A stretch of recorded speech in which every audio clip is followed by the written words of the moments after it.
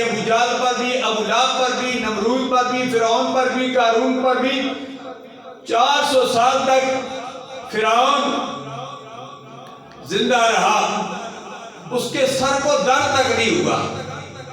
اللہ آزماتا ہے تو اپنوں کو آزماتا ہے، بیگانے جو ہیں اللہ تبارک و تعالیٰ ان کو رزق بھی زیادہ دیتا ہے، دنیا میں عزت بھی دیتا ہے، شہرت بھی دیتا ہے، لیکن آخرت میں ان کے لیے کوئی حصہ نہیں ہے، تاکہ بیگانے جو رب کو مانتے نہیں ہیں کہیں یہ نہ کہیں کہ اللہ کو ہم مانتے نہیں، اللہ ہمیں رزق نہیں دیتا۔ اللہ انہیں رزق دیتا ہے، فراوانی سے دیتا ہے، تاکہ وہ یہ شکایت نہ کر سکیں۔ اللہ انہیں بہت دیتا ہے، اور اپنے بندوں کو اللہ آزماتا ہے۔ وَلَنَبْلُوَنَّكُمْ بِشَيْءٍ مِّنَ الْخَوْفِ وَالْجُوعِ وَنَقْصٍ مِّنَ الْأَمْوَالِ وَالْأَنفُسِ وَالثَّمَرَاتِ۔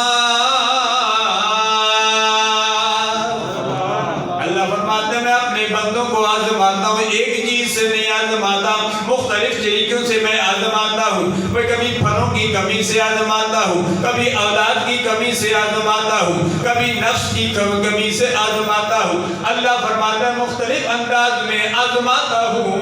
رب ذوالجلال اپنے بندوں کو آزماتا ہے، کبھی بیماری دے کر آزماتا ہے، کبھی ان سے رزق چھین کر آزماتا ہے۔ رزق دیتا ہے لیکن کم دیتا ہے۔ میرے بندے میرا شکر ادا کرتے ہیں یا کہ نہیں شکر ادا کرتے؟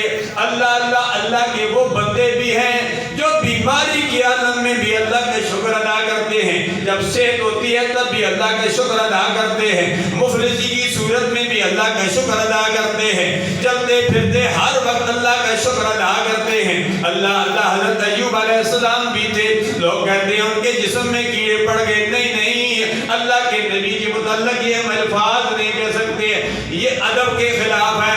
اللہ اللہ حضرت ایوب علیہ السلام کی بیماری جب ان کے دل پر آ گئی، آپ نے اس وقت افق ہی اللہ کا شکر ادا کیا، صبر ادا کیا۔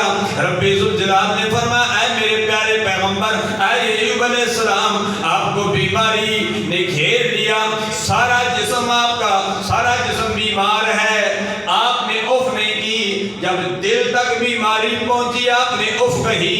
اللہ اللہ حضرت ایوب علیہ السلام رب ذوالجلال کی بارگاہ میں یاد کرتے ہیں، یا الہ العالمین اس دل سے میں تجھے یاد کرتا تھا، یا اللہ یہ دل بھی ختم ہو جائے گا تو تجھے میں کس سے یاد کروں؟